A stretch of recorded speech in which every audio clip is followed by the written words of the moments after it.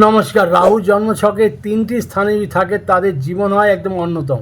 যেমন রাহু আপনার জন্মছকে ষষ্ঠে যদি থাকে তাহলে তার আগে জেনে নিন ভগবান শ্রী রামেরও রাহু ছিলেন ওনার ছকে ষষ্ঠ স্থানে ছিল। শত্রু তার সামনে নতমস্তক হয় এবং তার জীবনে শত্রু অজ্ঞাত শত্রু মানে গোপন শত্রু কোনো ক্ষতি করতে পারে না। এবার রাহু যদি আপনার জন্মছকের মধ্যে সপ্তমে থাকলে তাহলে কেতু আপনার লগ্নে হবে। আর কেতু লগ্নে যদি থাকে তাহলে ইনটিউশন পাওয়ার আপনাদের প্রচুর থাকে, মানে যাকে যা বলে দেবেন সেটা ঘটে যাবে, সত্যিতে সেটা ঘটে যাবে, কারণ তাদের সাথে স্বয়ং ঈশ্বর থাকে।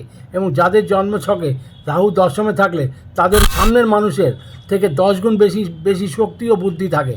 বলা হয় রাহু দশে তাহলে বলা হয় যে দুনিয়া তার বশে, মানে নিজের শক্তিকে প্রদর্শিত করতে লাগে না এরা দুনিয়াকে স্বয়ং জিতে নেয়। তার আপনারা জেনে নিন যাদের জন্মছকে রাহু লগ্ন থেকে ষষ্ঠে, লগ্ন থেকে সপ্তমে, লগ্ন থেকে দশমে, তাহলে তাদেরকে একটা উপায় অবশ্যই করা উচিত।